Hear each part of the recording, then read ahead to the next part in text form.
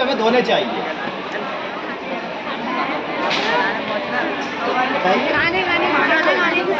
खाना खाने से पहले, खाना खाने के बाद भी धोने चाहिए। बिल्कुल। टॉयलेट वगैरह है ना, यानी शौच के बाद भी बिल्कुल हाथ अच्छी तरह धोने जरूरी है। ठीक है। अच्छा, अब हाथ धोने की एक प्रक्रिया होती है।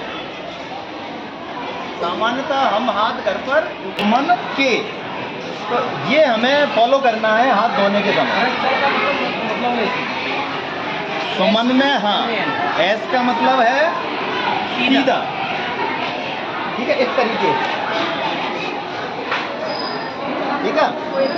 यू का मतलब है उल्टा, उल्टा, इस तरीके से सीधा, उल्टा, उल्टा।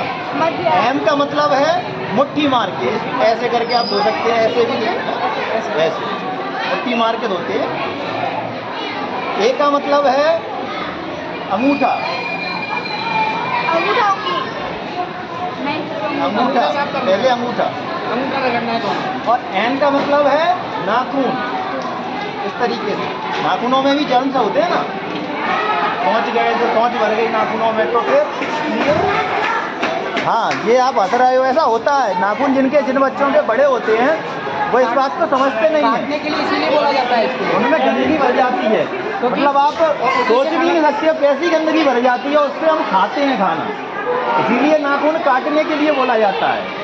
तो इस तरीके से एन का मतलब नाखून और के का मतलब है कलाई, इस तरीके से। बाद में कलाई साफ करना, कलाई भी साफ करते हैं।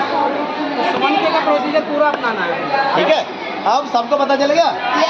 एक एक करके बच्चे को बुलाया जाएगा, वो यहाँ आके इस पैटर्न से फॉलो करते हुए हाथ धुलाई करेंगे। एक बार सर हाथ ठीक है, दिखाएंगे। हाँ, ये चलो एक बार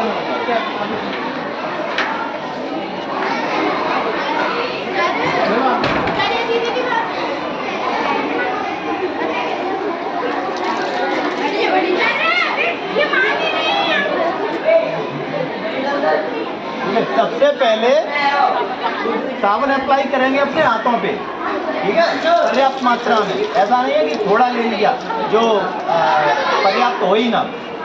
पर्याप्त मात्रा में आप सुमन से सीधा इस तरीके से, ठीक है। उसके बाद उल्टा, दोनों में, दोनों पैरों, दोनों हाथों में करना है। उसके बाद फिर मुट्ठी, इस तरीके से। क्या हो रहा है? फिर अंगूठा ए से, इस तरीके से। फिर एंड से नाखून। ऐसे करोगे ना तो ये पूरा जितना भी नाखून में भरा होगा मैल, वो सब साबुन उसमें, और लास्ट में अपना रेस्ट, कलाई। फिर अपन हैंड वॉश करेंगे। इसके बाद पूरा हैंड वॉश।